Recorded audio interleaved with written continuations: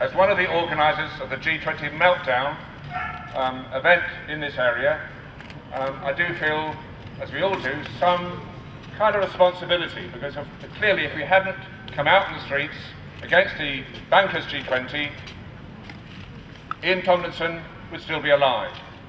What I think, however, is that if we were to bow to threats of violence from the police in times like these, we would find ourselves living under a new Labour police state. We are not going to do that. We have an upside-down police force. A police force which has its gun sights on the innocent and lets the war criminals scot-free.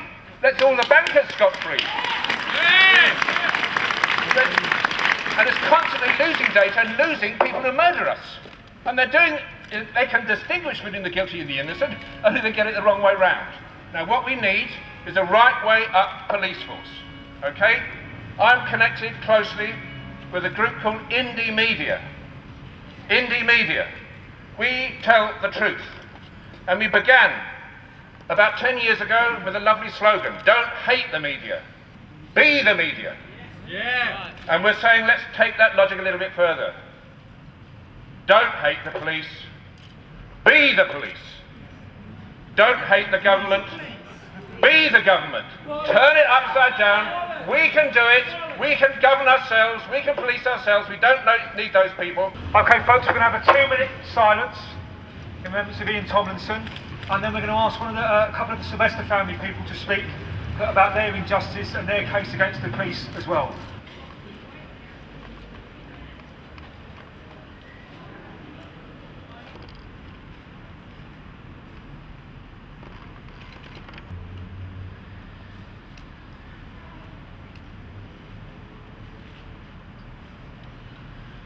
Thanks very much indeed. I'm going to have just 1 or 2 speeches before we end the day. Let me pass over to the big family, and I want to talk about their case of injustice for their family. My brother died in such a short space of time, whilst in the hands of the police. He was not ill, he was not on drugs, he wasn't a criminal, he just died. We just want to know what happened, and just like the family of the Tomlinson family, they just want to know what happened and the truth and justice. And this is justice for all deaths in custody. This is not going to be the last demonstration, this is going to be the first. Yes. We are going to be marching again with the family in a few weeks' time.